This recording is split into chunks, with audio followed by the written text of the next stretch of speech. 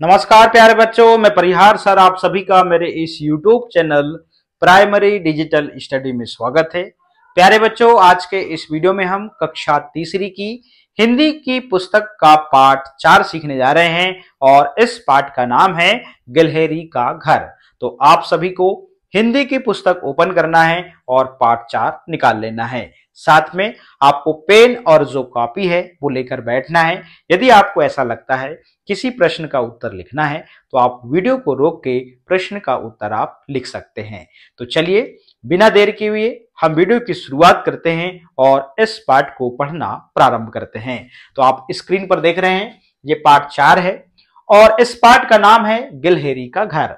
तो आप देखते होंगे जहां पर पाठ का नाम लिखा है उसके नीचे यहां पर 2 लाइनें रहती हैं, 2-3 लाइन जो इस पाठ में आप सीखने वाले हैं, यही चीज यहां पर लिखी होती है।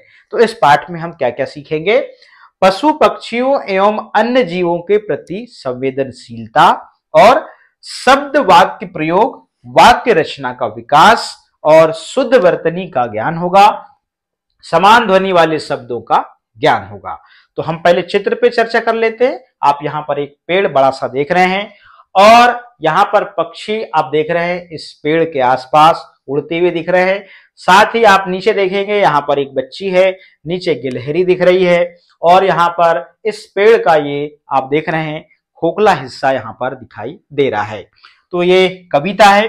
तो जानते हैं इस कविता को किसने लिखा है, इसके कवि कौन है? इसके जो कवि हैं हरिवंश राय बच्चन जी हैं। आपको पता होना चाहिए कक्षा तीसरी की जो पुस्तक है उसका जो पाठ 4 है गिलहरी का घर, इस कविता के जो कवि हैं वो कौन है? हरिवंश राय बच्चन जी हैं।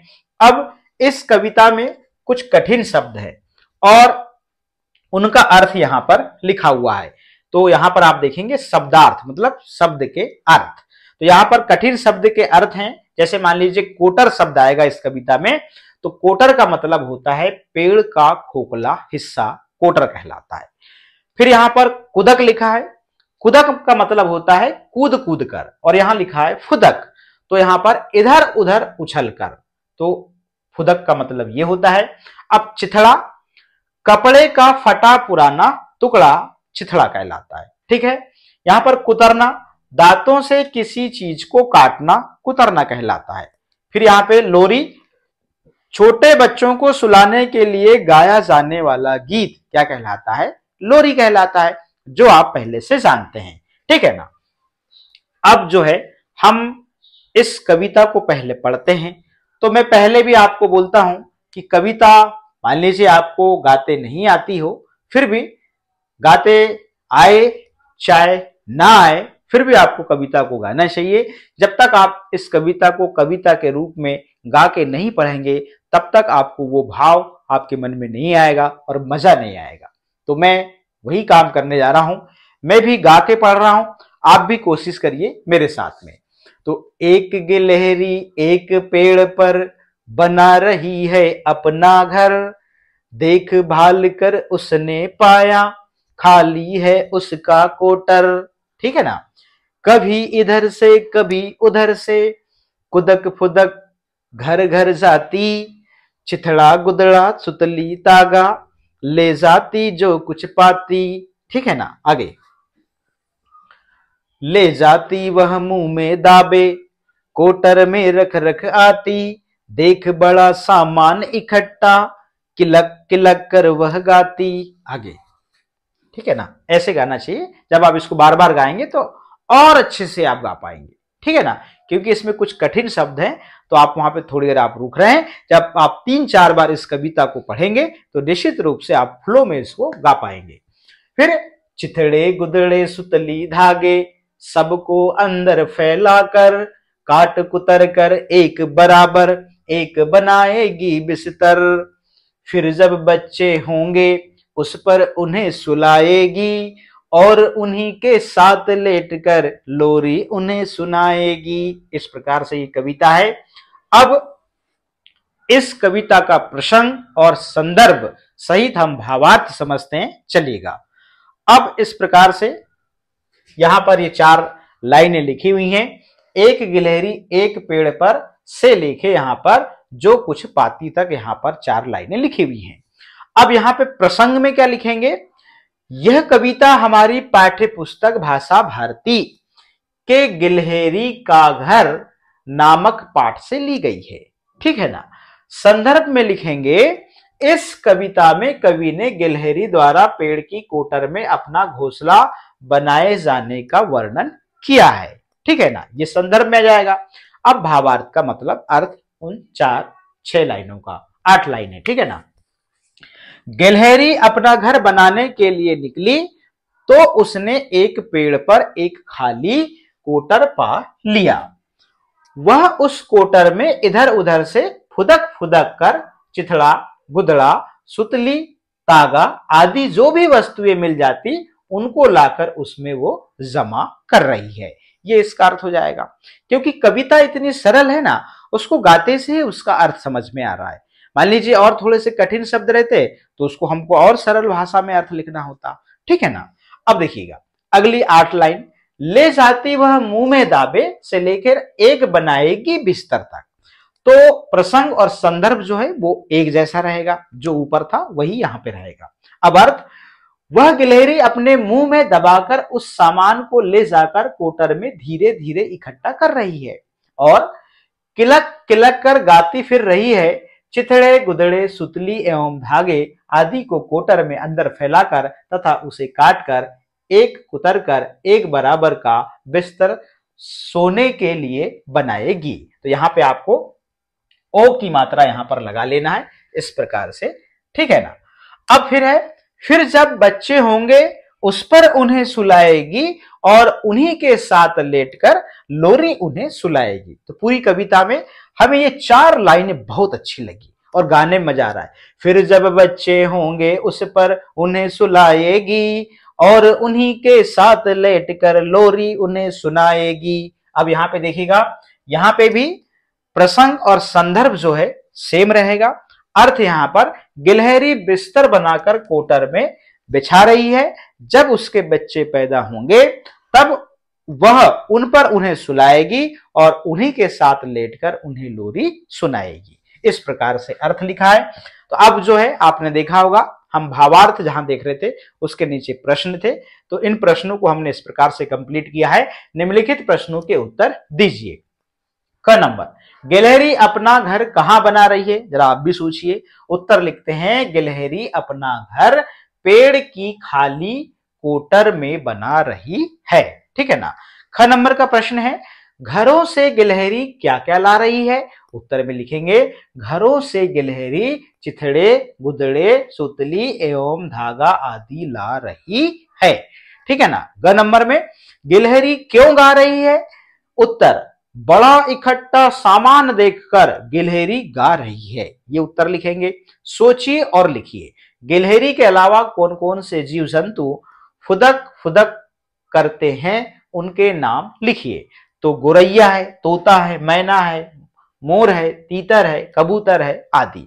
हम इस प्रकार से पक्षियों के नाम लिखे हैं। अब हम अगले प्रश्न की ओर चलते चलेगा। कविता की पंक्तियों से समान ध्वनि वाले शब्द लिखिए। अच्छा, समान ध्वनि में क्या होता है मैं आपको बता देता हूं। शब्द का जो अंतिम अक्षर जो है ना वो एक सा रहना चाहिए। देखिएगा, पर घर, तो पर में भी अंतिम ध्वनि क्या है, र है, और घर में भी अंतिम ध्वनि क्या है, र, इसलिए समान ध्वनि वाले लगते हैं। घर, पर, इस प्रकार से। इधर, उधर, यहां देखिएगा, जाति, पाती, तो यहां पे अंतिम ध्वनि ती है और यहां पे अंतिम ध्वनि ती है, इसलिए समान ध्वनि वाले ये लगते हैं। सुलाएगी, सुनाएगी, अंतिम देखिए गी और यहां पे भी गी आ रहा है, तो सुलाएगी, सुनाएगी, तो ये समान ध्वनि वाले जो शब्द है वो हमें इस प्रकार से यहां लिखना था। कविता की पंक्ति पूरी कीजिए। तो यहां पर कविता की जो पंक्ति है यहां पर आधी अधूरी है, यहां पर खालिस्तान है, तो यहां पे जो आपको शब्द लिखने होंगे, यहां गिलहरी, यहां घर, यहां कुतरकर और यहां पर बिस्तर। तो इस प्रकार से, एक गिलहरी एक पेड़ पर बना रही है अपना घर, काट कुतर कर एक बराबर एक बनाएगी बिस्तर, ठीक है ना। आगे, निम्नलिखित शब्दों का वाक्यों में प्रयोग कीजिए। अब यहां पर कुदक और फुदक, तो ऐसा वाक्य बनाना है कि उस वाक्य में यह शब्द जरूर आना चाहिए। तो इस प्रकार से यहां पर हम इस शब्द का जो है वाक्य में प्रयोग करने जा रहे हैं। इसी पाठ से वाक्य बनाया है, गिलहरी कभी इधर से और कभी उधर से कुदक फुदक कर घरों में जाती है। ठीक है ना। अब चिथड़ा और गुदड़ा, गिलहरी को चिथड़ा गुदड़ा आदि जो भी मिल जाता वह उसे ले आती है। ठीक है ना। तो यहां पर चिथड़ा गुदड़ा आपने देखा, यहां पे आ गया। फिर देखभाल, गिलहरी ने बहुत देखभाल के बाद एक पेड़ में खाली कोटर पाया। इस प्रकार से यहां कोटर लिख देंगे। अब चित्र देखकर दो वाक्य लिखिए। यहां पर शेर है, यहां पर चूहा है। तो एक शेर अपनी गुफा के द्वार पर बैठा है, मतलब द्वार मतलब के सामने।